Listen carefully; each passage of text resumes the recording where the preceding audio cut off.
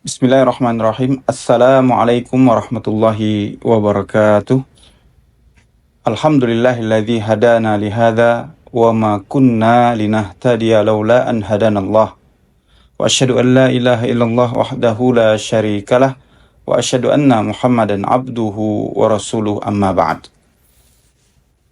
Teman-teman pemirsa yang dimuliakan Allah Subhanahu wa taala, alhamdulillah sampai kita kepada hadis keempat dari kitab Sahih Imam Bukhari atau Al-Jami' As-Sahih, ya, kitab aslinya demikian namanya.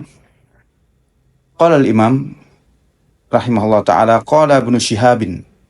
Imam Bukhari mengatakan, Al-Imam Ibnu Syihab berkata, wa akhbarani Abu Salamah, dari Abu Salamah Ibn Abdurrahman, ya, Ibn Abdurrahman, anna Jabir Ibn Abdullah Al-Ansari qala, dari sahabat yang mulia Jabir bin Abdullah Al-Ansari, beliau wa huwa yuhadditsu an fatratil wahyi, beliau menceritakan masa-masa di mana ada tenggat waktu terputusnya wahyu dari ayat yang pertama turun, Iqra.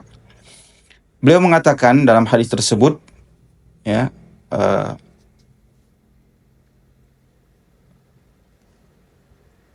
bainama ana amshi, ya, Nabi SAW mengatakan, ketika saya sedang berjalan, ya, id sami'tu sautan, saya mendengarkan suara dari langit. Farafa'tu basari, maka saya angkat pandangan, ya, melihat ke atas, ya. Fa idzal malakul ladzi ja'ani bi Hira, maka ketika itu kata Nabi SAW, saya mendapatkan malaikat yang pernah datang di Gua Hira, ya, di Gua Hira. Jalisun ala kursiyin, malaikat itu duduk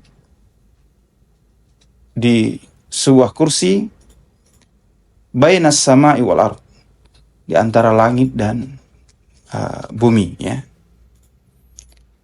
Faru'ibtu minhu, maka saya merasakan khawatir, ya, terkejut, ya, cemas dan takut terhadap keadaan tersebut.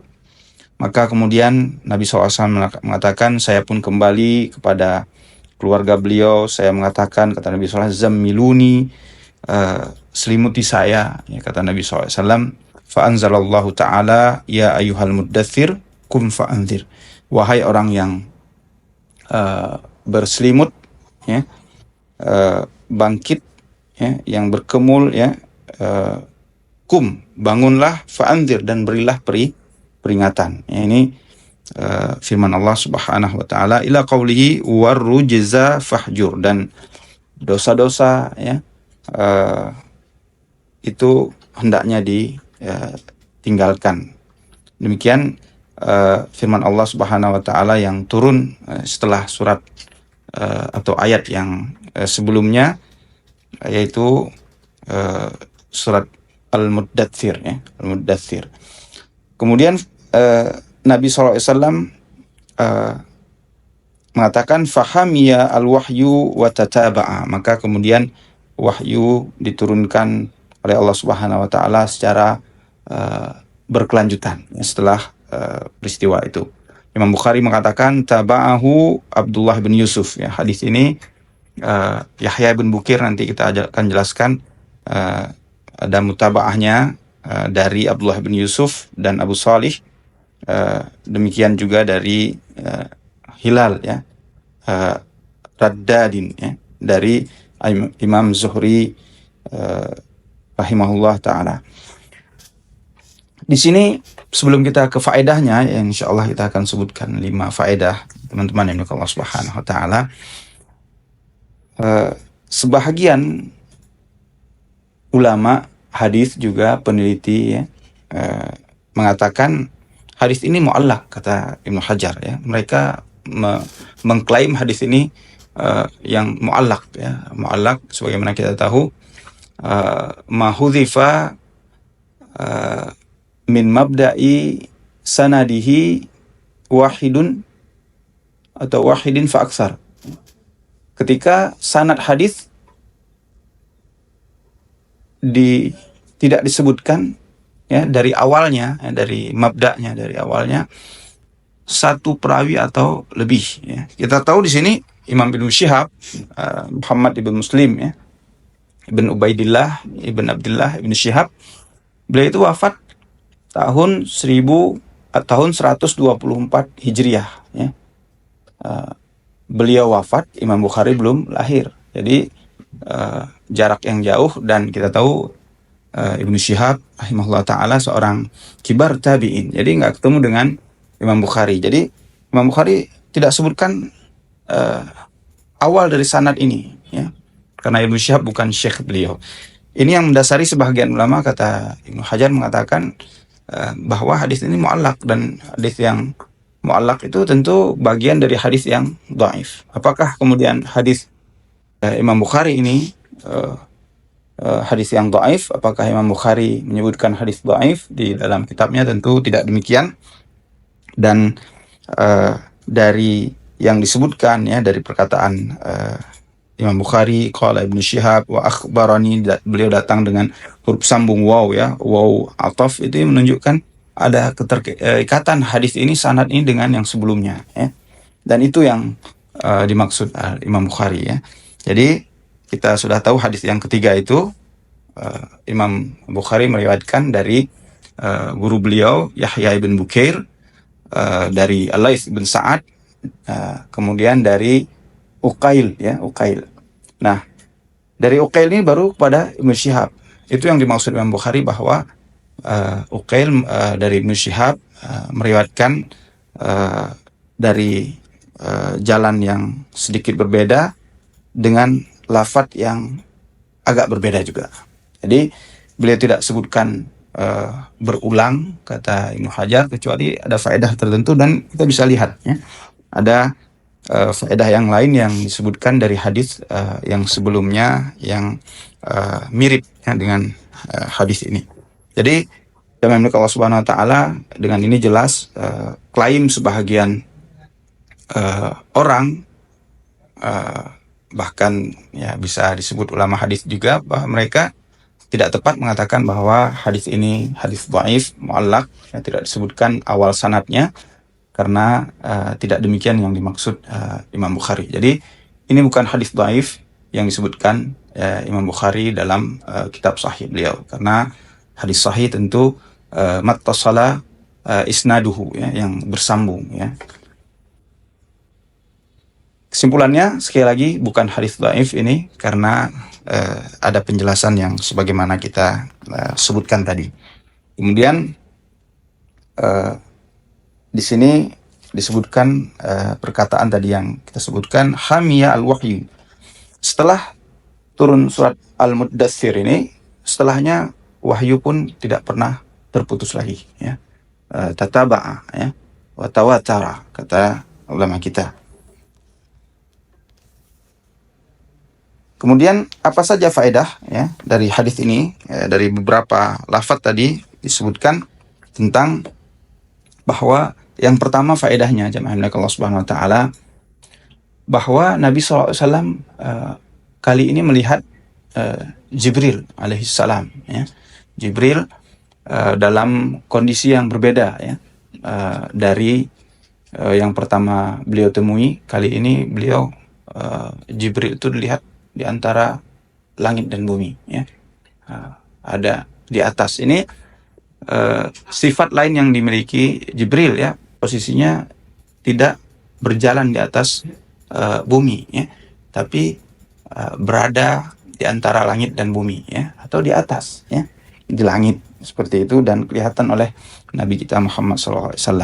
Ini mempertegas apa yang kita pernah sebut sebelumnya, bahwa ketika malaikat dilihat dalam wujud seorang laki-laki, itu bagian kecil dari wujud asli malaikat, karena wujud aslinya lebih agung, lebih besar dari itu. Yang dilihat sebagai bentuk seorang laki-laki, mirip sebahagian sahabat, ya, itu bagian kecil, ya, atau bagian itu yang bisa diindra ya, oleh manusia. Maka ini jelas Nabi SAW menyebutkan malaikat yang beliau lihat di Gua Hira itu juga yang dilihat pada kali ini ya, yang menyampaikan wahyu berikutnya. Kemudian hadis ini juga karena tadi disebutkan di sini disebutkan tentang bahwa faru'ibtu ya. Saya pun masih merasakan takut ya atau cemas ya. Ini menunjukkan kata Ibnu Hajar masih ada sisa-sisa kecemasan itu ya dalam waktu yang cukup panjang bersama Nabi SAW hingga wahyu yang berikutnya ini turun, masih ada sisa-sisa rasa cemas, khawatir, takut itu, walaupun mungkin secara tadarruj, secara perlahan sudah berkurang ya. Ini juga hikmah Allah Subhanahu wa taala, ada masa fatrah wahyu itu berhenti ya. Ini memberi kesempatan pada Nabi kita Muhammad SAW untuk mengembalikan ya kondisi psikologis beliau. Ini nikmat dari Allah Subhanahu wa taala. Kemudian yang ketiga, ayat yang turun ini tentu perintah untuk memberikan peringatan ya tentang azab ya Allah Subhanahu wa taala. Oleh karenanya bagian dari dakwah ini ya, gerakan dakwah dimanapun itu adalah at-tahdzir ya minal azab ya man la yu'min ya, memberi peringatan orang-orang yang tidak beriman ya bahwa ada azab yang menunggu. Maka hendaknya mereka mengkhawatirkan itu. Dan waliyadzubillah, kadang azab itu datang ketika manusia masih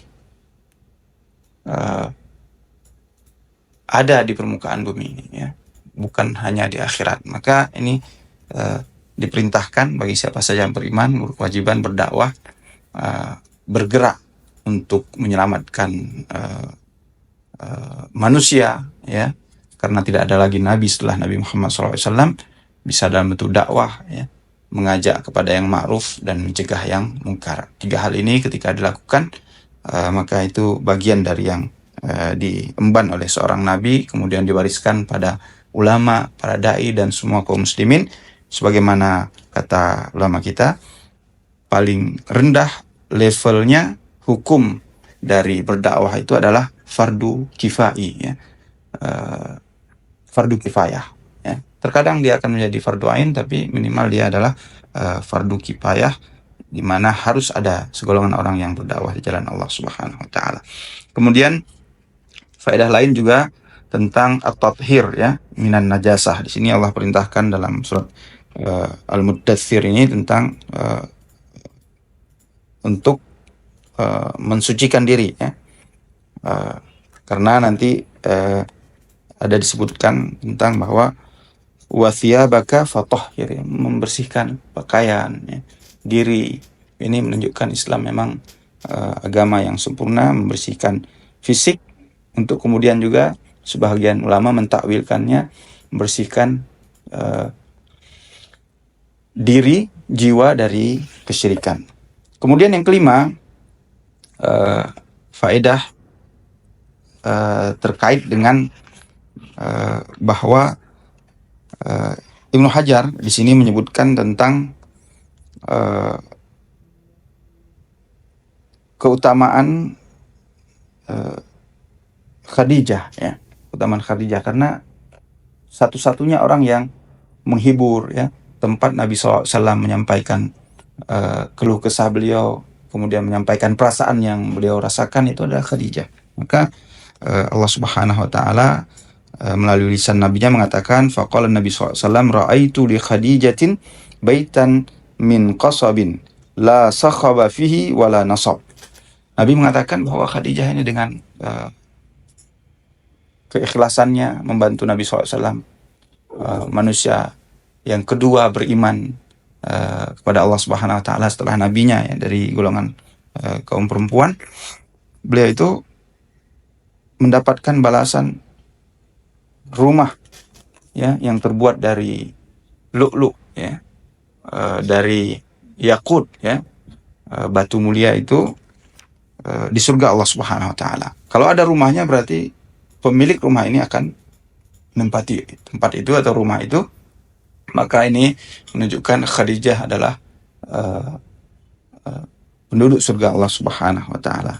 Di mana sifat rumah tersebut di surga Allah Subhanahu wa taala la sakhaba, tidak ada keriuhan, ya. Suara teriak-teriakan nggak ada di sana. Wala nasaba, penghuninya tidak merasakan letih dan capek di rumah tersebut.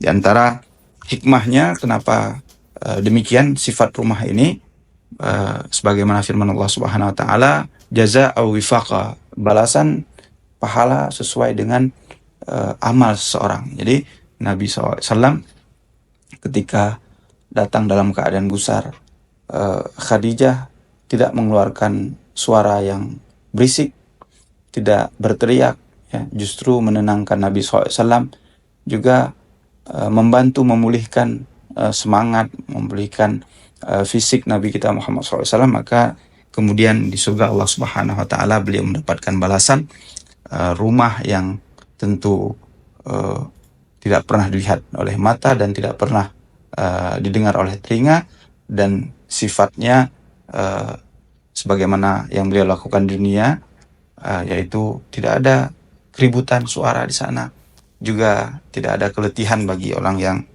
menempati rumah tersebut. Jazaa'u wifaqa, atau dalam beberapa pemisalan ulama menyebutkan al-jaza'u min jinsil amal, balasan itu sesuai dengan amalan yang dilakukan.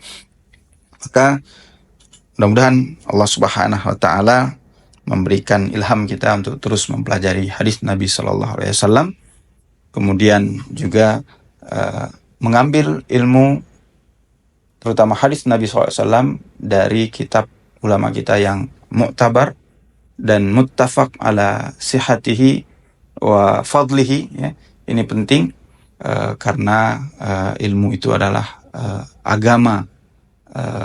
Ilmu itu mengantarkan kita kepada agama kita dan membantu kita menegakkan agama dengan benar. Demikian teman-teman ya Allah Subhanahu wa taala, faedah beberapa hal yang bisa kami sampaikan. Dan kalau dari faedah isnadiyah atau dari segi sanad, ini menunjukkan apa yang pernah dinasihatkan Imam Bukhari, bahwa seorang alim itu akan menjadi alim kalau dia mengambil ilmu dari orang yang setara dengannya atau dari bawahnya atau di atasnya. Dari sini menunjukkan bahwa Ibnu Syihab, ya, Al-Imam Ibnu Syihab seorang tabi'in, tapi mengambil ilmu, mengambil hadis dari tabi'in yang lain, yaitu Abu Salamah Ibn Abdurrahman, ya, Ibn Auf, ya. Ini putranya dari sahabat yang mulia Abdurrahman bin Auf. Abu Salamah ini tentu seorang tabi'in, dan ilmunya diambil oleh yang selevel dengan beliau, ya, dari satu tabakat, istilahnya tabakat tabi'in atau sahabat Nabi SAW.